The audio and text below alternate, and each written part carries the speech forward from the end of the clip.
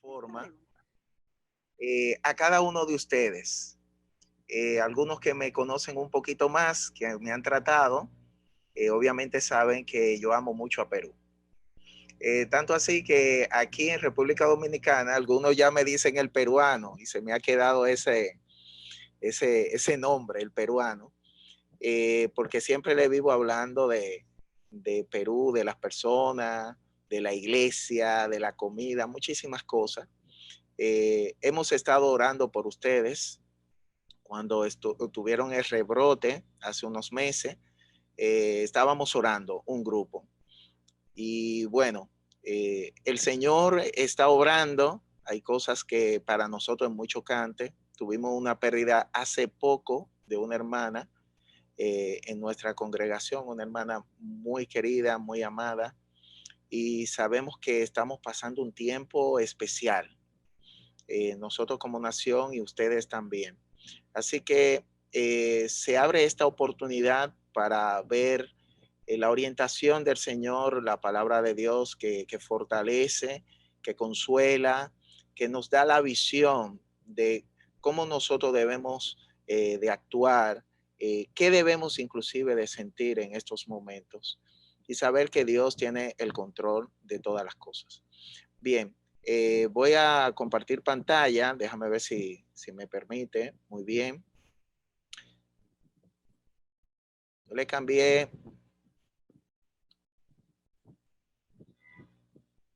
Ok, me avisan si se está viendo, si se ve ahí.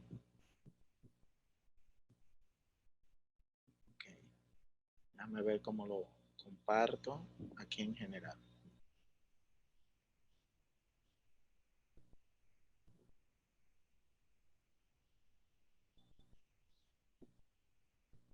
Okay. Un momentico, mis hermanos.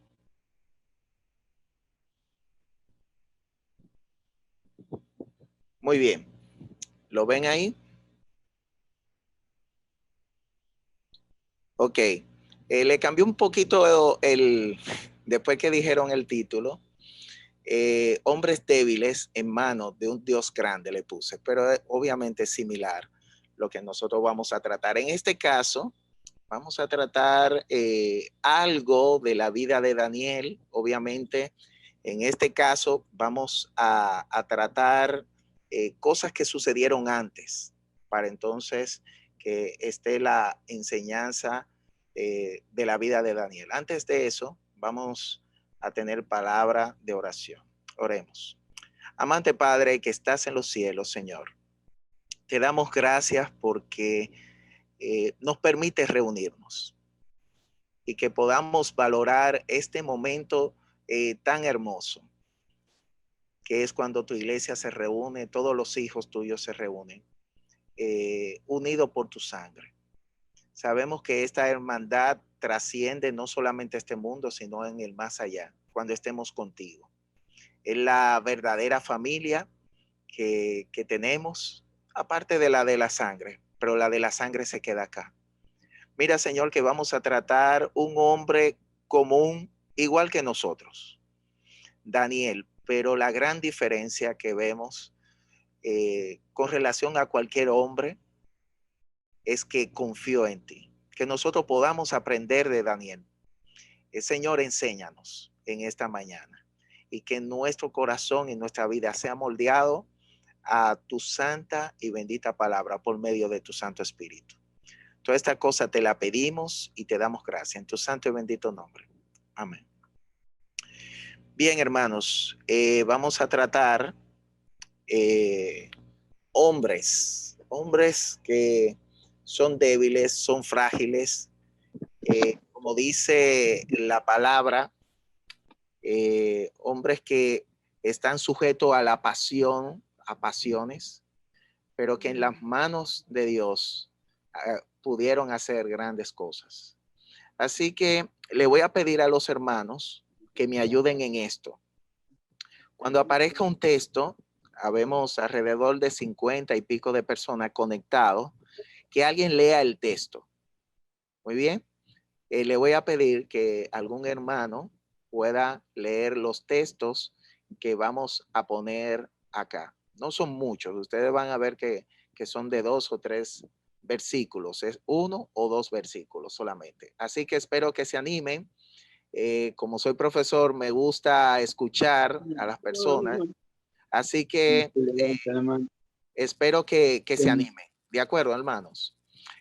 Hay un acontecimiento que me llamó mucho la atención y es que vemos que los talibanes tomaron Afganistán. Es un acontecimiento muy reciente. Aquí podemos ver en el momento en que la prensa comienza a hacerle preguntas a este grupo y este grupo está dando la declaración de que ya tomaron Afganistán.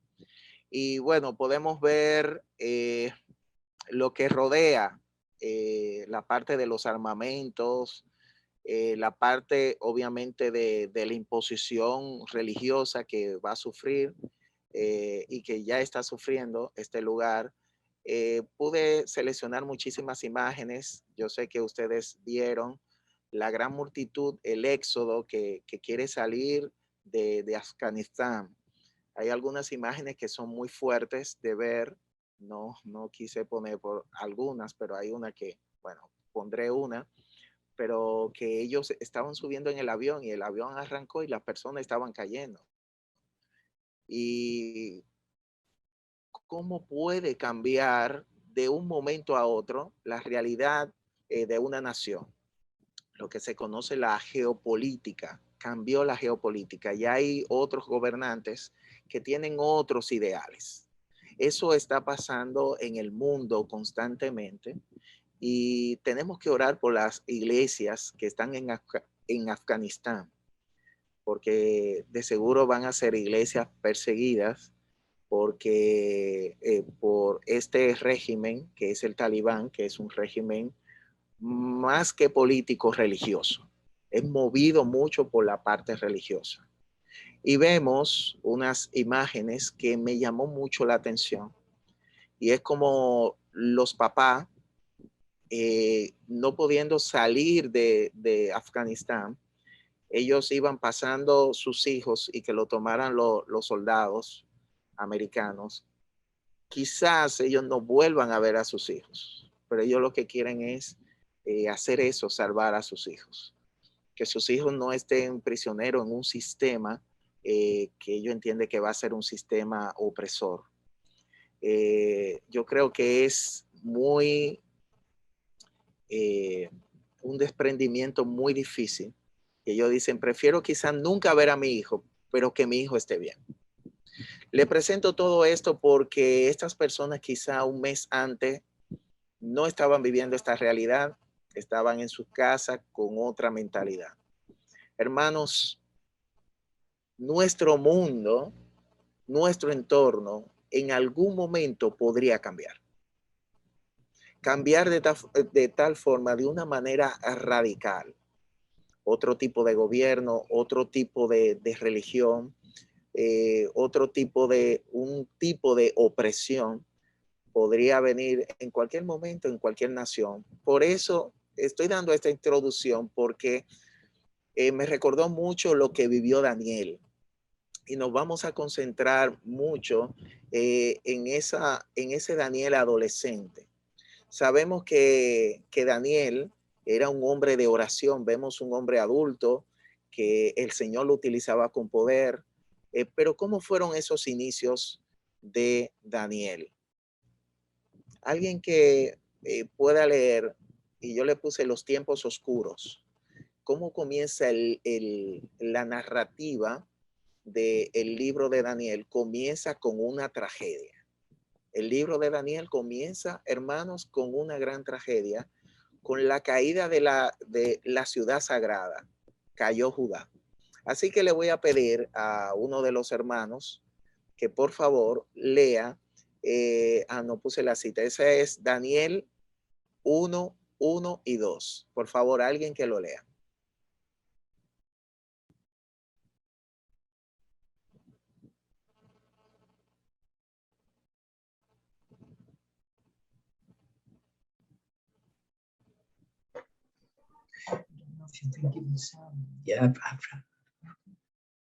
En el año tercero del reinado de Joacim, rey de Judá, vino Nabucodonosor, rey de Babilonia, a Jerusalén y la sitió.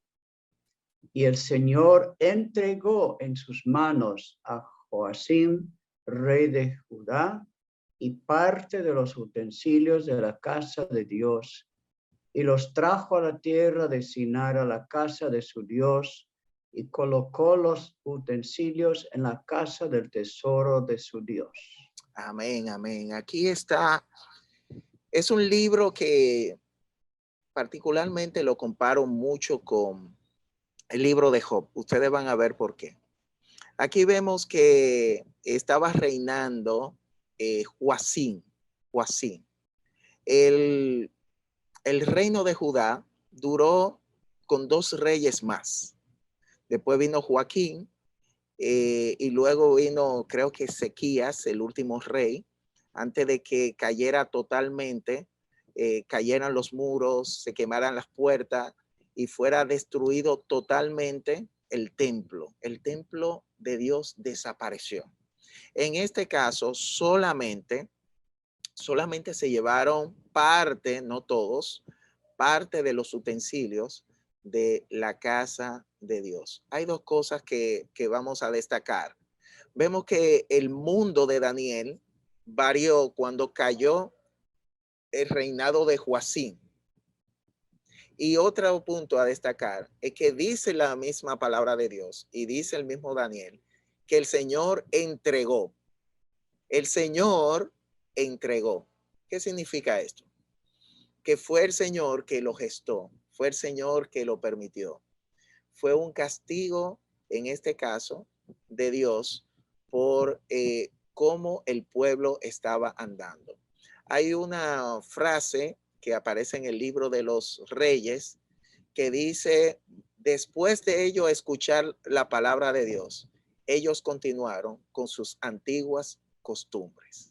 Es decir, no abandonaron sus costumbres. Ya ellos no estaban yendo a Dios. Ya ellos habían caído de una relación a una religiosidad, cosa que a Dios no le agradaba. Ellos tenían por debajo sus dioses y vemos que el Señor entrega la ciudad. Cae Judá. Israel cayó 100 años antes y Judá, la ciudad donde estaba el templo de Dios, cae en esta ocasión. Ahora, para nosotros conocer, tenemos que ver quién es Joacim. ¿Quién es Joacim? Vamos a destacar algo muy importante de Joacim y es que su papá fue Josías. Josías fue uno de los mejores reyes, tomando de Israel y de Judá. Igual, Josías fue uno de los mejores reyes. Él fue que trajo una gran reforma, un gran cambio. Él quitó los lugares altos. Él hizo toda una campaña para que el pueblo pueda volver a Dios. Y vemos que en una ocasión él se dispone a arreglar el templo y el templo estaba en ruinas, se podría decir. Y entonces él manda a los sumos sacerdotes y un grupo de personas a trabajar en ese lugar. Trabajando ahí, el sumo sacerdote encuentra el rollo, encuentra la palabra de Dios. Y entonces vamos a ver qué pasa con Josías cuando se encuentra la palabra y es leída esa palabra frente a él. Así que alguien que lea en Segunda de Crónicas está aquí, 34, el 18 y el 19.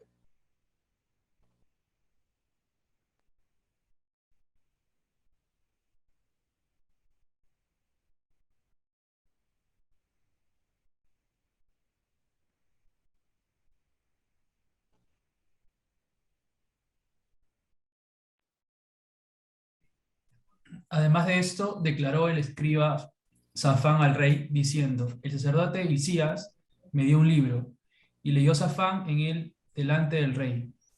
Luego que el rey oyó las palabras de la ley, rasgó sus vestidos. Sí, aquí vemos que ellos encuentran el rollo.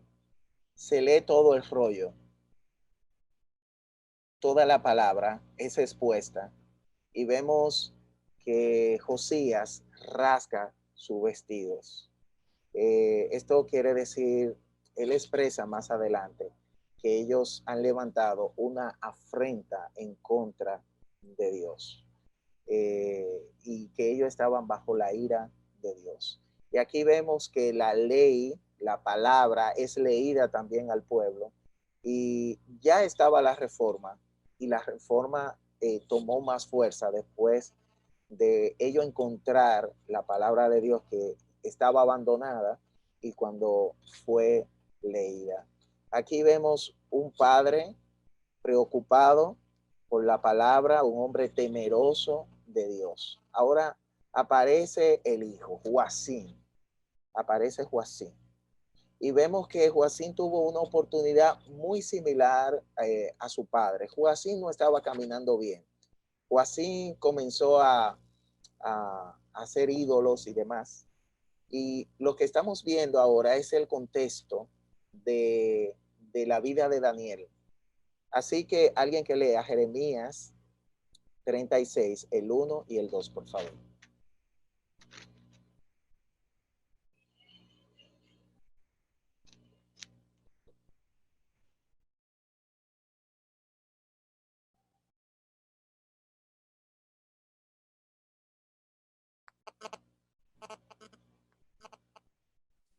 Aconteció en el cuarto año de Joacim, hijo de Josías, rey de Judá, que vino esta palabra de Jehová a Jeremías, diciendo: toma un rollo de libro y escribe en él todas las palabras que te he hablado contra Israel y contra Judá y contra todas las naciones, desde el día que comencé a hablarte, desde los días de Josías hasta hoy.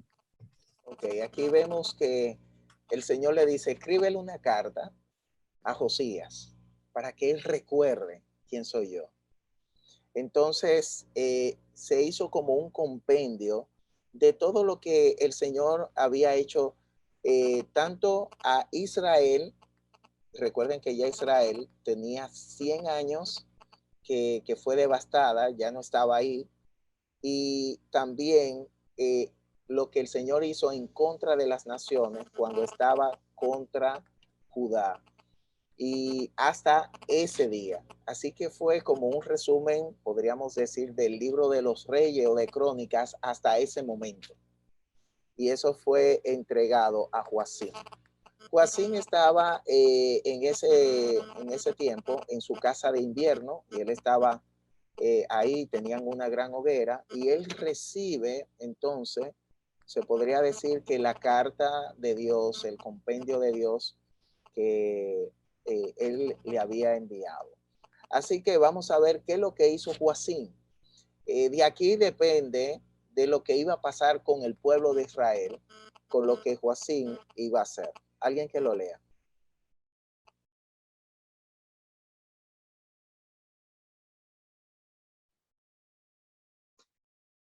Cuando Eudí había leído 3 o 4 planas, lo rasgó el rey con una cortaplumas de escriba y lo echó en el fuego que había en el brasero, hasta que todo el rollo se consumió sobre el fuego que en el brasero había. Y no tuvieron temor ni rasgaron sus vestidos el rey y todos sus siervos que oyeron todas estas palabras. Sí, aquí vemos ya que ellos tuvieron la ocasión, estaba la palabra ahí. Vemos cómo la historia va cambiando, cómo la decisión de Joacim afecta la vida de Daniel. Es decir, en este caso el que peca es Joacim. Joacim terminó que le sacaron los ojos y lo pusieron para burlarse de él. Pero vemos que Joacim es el que está tomando las malas decisiones, no es Daniel. Más sin embargo, vemos que Joacim no hace caso, pero también todos sus séquitos, el equipo que tenía, vamos a decir, del gobierno de Joacín, sus siervos, tampoco hicieron caso. Entonces Joacín viene y quema la palabra. Hermanos, esto cambió la nación. Esto hizo, este y otros comportamientos más, hizo que la nación cayera. Y vamos a ver una tercera carta. Vimos la primera, que lo leyó su padre Josías. Vemos esta segunda carta que lo lee Joacín y solamente leyó 2 o 3 palabritas y él dijo, a mí no me gusta eso, quémenlo. Imagínense gobernantes así o personas así y comienza a cambiar el mundo de Daniel. Ahora vemos la gran caída. Cayó Judá. Recuerden que Daniel comienza que fue sitiado.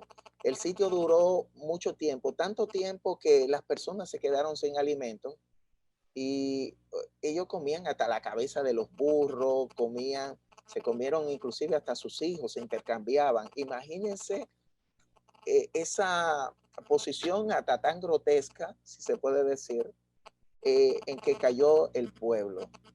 Así que la ciudad fue sitiada y la ciudad cayó. Ahora vemos que Dios manda una carta. En este caso, Él manda una carta al pueblo que ya está en cautiverio. Así que es muy importante esta carta, que si nosotros no llegamos a describirlo todo y entendemos el mensaje de la carta, que esa carta también la escuchó Daniel. ¿De acuerdo? Así que esta carta es muy importante, hermanos. Alguien que lea en Jeremías 29:1, la carta de Dios. Jeremías 29:1.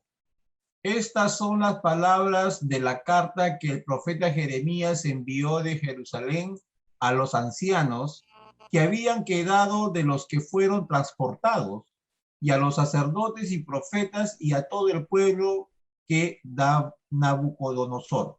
Ok, ahí continúa diciendo que Nabucodonosor había obtenido y demás, pero yo lo que quiero que vean, que esa carta Dios le da palabra de nuevo a Jeremías, porque Dios siempre ha querido comunicarse y Dios siempre se ha comunicado. Nosotros no tenemos que inventar a un Dios. Dios ya se expresó, ya Dios dio su carta, su gran carta, que lo tenemos aquí, que es su santa y bendita palabra. Así que llega esta carta y es entregada a los ancianos, ellos son los líderes, y están también los sacerdotes y están los profetas, pero también ahí está todo el pueblo que cayó en cautiverio. Y aquí me imagino que está Daniel de pie, escuchando, hermanos, la carta de Dios después de la caída y después que ellos fueron transportados. Ahora, ¿qué dice esa carta?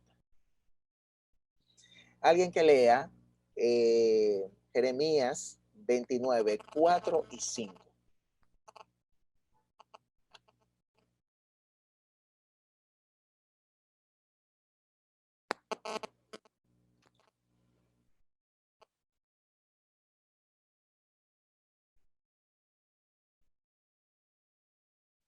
Así ha dicho Jehová de los ejércitos, Dios de Israel, a todos los de la cautividad que hice transportar de Jerusalén a Babilonia.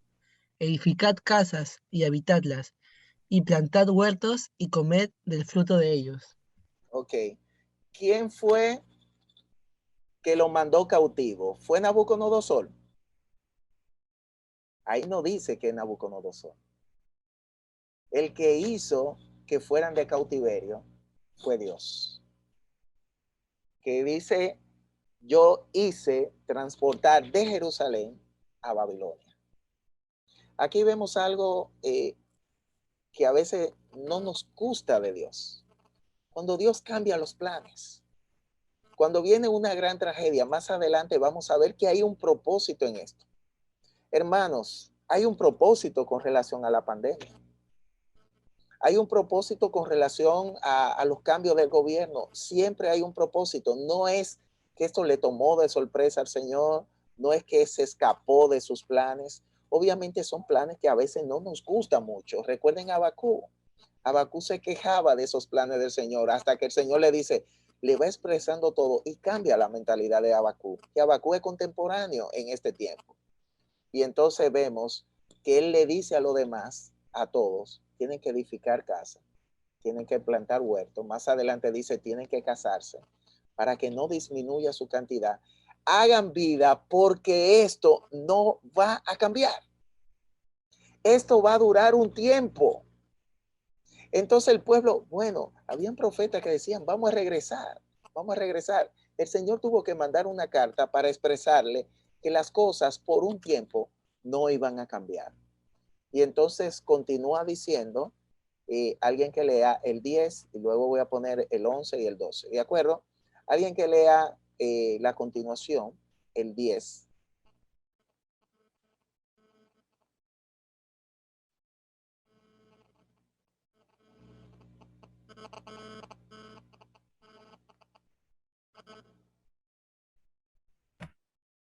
Porque así dijo Jehová, cuando en Babilonia se cumplan los 70 años, yo os visitaré y despertaré sobre vosotros mi buena palabra, para haceros volver a este lugar. Ok, estaba la promesa de regresar, pero ¿qué le dice el Señor? Yo os visitaré. Antes de eso, en Jeremías, dice que el Señor abandonó a Judá. Y aquí dice que yo visitaré, decía el retorno. En otra dice que el Señor no lo va a escuchar. Mas, sin embargo, él dice que le voy a traer la buena palabra. ¿Qué es la buena palabra en este caso? Dice, porque yo sé los pensamientos que tengo acerca de vosotros, dice Jehová, pensamiento, oigan bien, pensamiento de paz y no de mal, para daros el fin que esperáis. Entonces me invocarán y vendréis y oraréis a mí y yo os oiré y me buscaréis y me hallaréis porque me buscáis de todo vuestro corazón. Cuando leemos este texto solo, decimos, ay, Dios quiere muchas cosas buenas. Dios quiere muchas cosas buenas, pero mira bajo qué contexto, hermanos.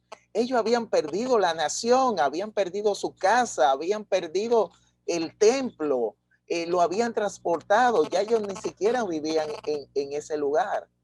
¿Qué es lo que quiere Dios? Dios dice, mis pensamientos son de paz y no de mal. Lo que estamos pasando ahora, hermanos, entendamos que los pensamientos de Dios son de paz y no de mal. Tenemos que, ¿cuál es el fin que quiere Dios con todo esto? Que nosotros quizás, eso era lo que el Señor quería del pueblo, que le invocaren y Él vendrá, que oraren y Él escuchará y que le busquemos y lo vamos a hallar. ¿Por qué? Porque el corazón nos ha cambiado. Me impactó mucho la parte de la reunión, de la comunión, que se notaba el sentimiento de los hermanos. Hermanos, a veces no valoramos lo que tenemos y lo valoramos cuando lo perdemos. Y aquí él dice, ustedes van a valorar de nuevo ir al templo, ustedes van a valorar su reunión, ustedes van a valorar mi compañía.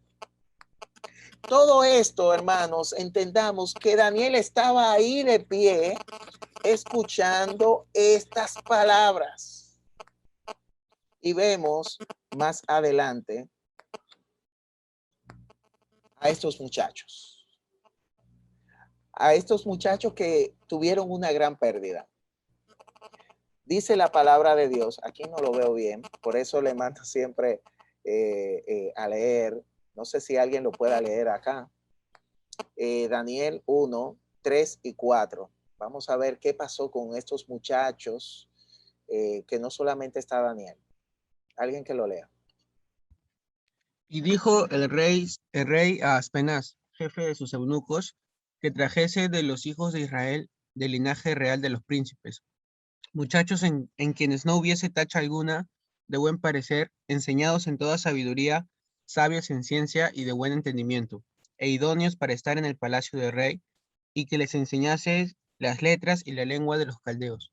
Amén, amén. Aquí vemos que le dicen a Aspenas que busquen muchachos. Estos muchachos tienen que ser, fíjense bien lo que dice, del linaje real de los príncipes. Casi siempre hay un malentendido acá, porque no dice de los reyes, dice de los príncipes, los hijos de los príncipes. ¿Quiénes son los hijos de los príncipes? Son aquellos, ¿quiénes son los príncipes primero? Son aquellos que tienen una buena economía, tienen empresas, si se podría decir ahora, por ejemplo, si vamos al Medio Oriente, todavía se utiliza ese término, se le llama príncipe a aquellos que tienen, por ejemplo, el asunto de petróleo y demás.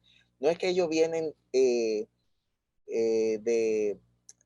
linaje real de David directamente, sino que ellos son los hijos de aquellas personas que tienen una buena posición económica, que son personas que deciden dentro del pueblo de Israel. Así que vemos que Daniel y estos muchachos eran ricos. Vivían obviamente en sus palacios, sus casas de seguro eran unos palacios. Así que ellos perdieron eso. Quizá algunos de ellos perdieron a sus padres, murieron quizás algunos de sus padres. Y dice sin tacha. Sin tacha es que no sean cojos, que no, a nivel físico que estén bien. Y de buen parecer habla del semblante, de la cara. Aquí decimos que se vea bonito o bonita. En este caso eran los hombres. Que ellos tengan educación, que sean sabios en ciencia y que sean personas que aprendan rápido. Así que vemos a Daniel que se le cambió la vida. Ya alguien está decidiendo, alguien le está diciendo qué es lo que tiene que estudiar. Le cambian el nombre a ellos, inclusive. Así que vemos que ellos lo perdieron todo. Y como iban a trabajar en el palacio, hay algo que no se dice, pero se sabe de que ellos fueron castrados. Es decir, Daniel y sus amigos no podían tener familia. No podían tener familia. Eso lo podemos deducir. Así que vemos un muchacho que lo ha perdido todo, ha perdido su nación, ha perdido su iglesia, se le está imponiendo reglas, está en un sitio pagano que todo el mundo adora a dioses ajenos y que vemos que le cambian hasta el nombre y le dicen qué tipo de profesión va a tener. ¿Qué más pérdida podemos tener? Daniel lo perdió todo. Hermanos, ¿cómo estaríamos nosotros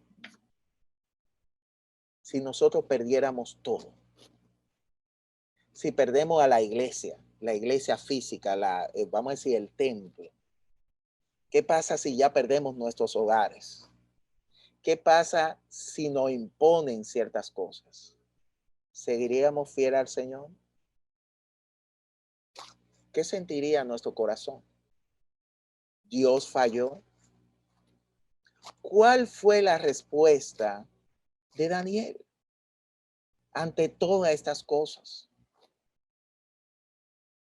Vemos que aquí se dice que Daniel y Ananías y Misael y Azarías eran parte de, obviamente, de ese grupo. Ahora vemos que Daniel determina, tiene una determinación en medio de la crisis. ¿Qué determina él? Y dice la palabra de Dios, y Daniel propuso en su corazón no contaminarse de la porción de la comida del rey, ni con el vino que él bebía. Y pidió, por tanto, al jefe de los eunucos que no se le obligara a contaminarse. Hermanos, ¿qué es lo que estaba pensando Daniel? Daniel estaba pensando en agradar a su Dios. En medio de toda la pérdida, Daniel lo que está preocupado es cómo será su posición frente a Dios. Hermanos, ¿cuál va a ser nuestra posición si cambia la postura religiosa del país? Hermanos, ¿cómo va a ser nuestra posición si la economía cambia a mal? Hermanos, ¿cuál sería nuestro anhelo, lo prioritario en nuestra vida? ¿Sería la queja? ¿O sería hacer como Daniel? No, yo lo que quiero, en medio de todo esto, agradar a Dios. ¿Qué es lo que me impacta aquí? Es que el que toma esa decisión no son los otros muchachos, solamente Daniel. Ahí no aparecen los demás. Fue Daniel que propuso en su corazón no contaminarse. Nadie más quizá estaba en eso. Pero vemos que Daniel afecta a los demás. ¿Y qué pasa? Que luego vemos cuando se habla de tomar esa decisión, Daniel no está solo. Hay 3 muchachos más que dicen, nosotros no queremos contaminarnos con la comida del rey. Y le hacen la propuesta, dando legumbres y agua. Hermanos, en medio de la crisis, ¿cómo nosotros vamos a actuar? ¿Vamos a ser de influencia para los demás? ¿Para que haya cambio en los demás? En el caso de Pablo, Pablo en la circunstancia de las prisiones, él toma una decisión. En Filipenses 1:14 dice, y la mayoría de los hermanos cobraron ánimo en el Señor con mis prisiones. Se atreve mucho más a hablar la palabra sin temor. ¿Por qué? Porque Pablo dio un ejemplo. En el caso de Daniel, ¿por qué? Porque Daniel dio un ejemplo en medio de la crisis. Pablo en medio de la prisión. Y eso hizo que lo demás despertara ese denuedo de predicar la palabra, hermanos. Dice, siguiendo con Pablo, solamente estoy tomando algunos otros personajes de un pronto. Según de Timoteo 2:9, dice, en el cual sufro penalidades, hasta prisiones en modo de malhechor. Pero oigan esto, hermanos, mas la palabra de Dios no está presa. La palabra de Dios, aunque cambie todo, no está presa, hermano. Aquí vemos que ellos se presentan ante el rey cuando se cumple. Ya nosotros conocemos la parte de la historia y vemos que Nabucodonosor hace las preguntas y dice la palabra de Dios que él encontró que ellos eran 10 veces mejores que la persona que estaba alrededor de él. Los magos, los astrólogos y demás. Él dice, ustedes fueron superior. Dios dio gracia en medio de los paganos, hermano. En medio de personas que no aman a Dios. En medio de personas que hicieron daño al pueblo de Dios. Fíjense cómo ellos reconocen. Porque Dios da gracia. Dice la palabra de Dios, no os conforméis a este siglo, sino transformaos por medio de la renovación de vuestro entendimiento, para que comprobéis cuál sea la buena voluntad de Dios, que siempre es agradable y perfecta. Estos muchachos, Daniel, no tomó la forma del mundo. Nosotros podemos tener muchas presiones, hermano. Quizás, yo no sé, quizás su nación sea aprobada aún más y mi nación también. Pero ¿qué dice el Señor? No os conformáis a este siglo, sino transformaos. Eres el único, esta es una frase, que puede callar tu testimonio. La única persona que tiene el poder de callar Tu testimonio, eres tú mismo. Hermanos, tienen la oportunidad. Termino con esto. Habacuc. Habacuc, que fue contemporáneo. Y esta frase que es muy conocida, en medio de la gran caída, el Señor guardó el corazón de Habacuc, un hombre que se pasó de la queja a la exaltación. Dice, aunque la higuera no florezca, ni en las vides haya fruto, aunque falte el producto del olivo, y los labrados no den mantenimiento, y las ovejas sean quitadas de la majada, y no haya vaca en los corrales. Con todo, yo me alegraré en Jehová y me gozaré en el Dios de mi salvación. Y Jehová, el Señor, es mi fortaleza, el cual me hace mis pies como sierva y en mis alturas me hace andar. Así que, hermanos, que el Señor nos bendiga grandemente, esperando de que podamos hacer esos cambios. Y que en medio de la adversidad, saber que el Señor tiene el control. Confiemos en el Señor. Y lo único, hermanos, que nos puede callar nuestro testimonio somos nosotros mismos.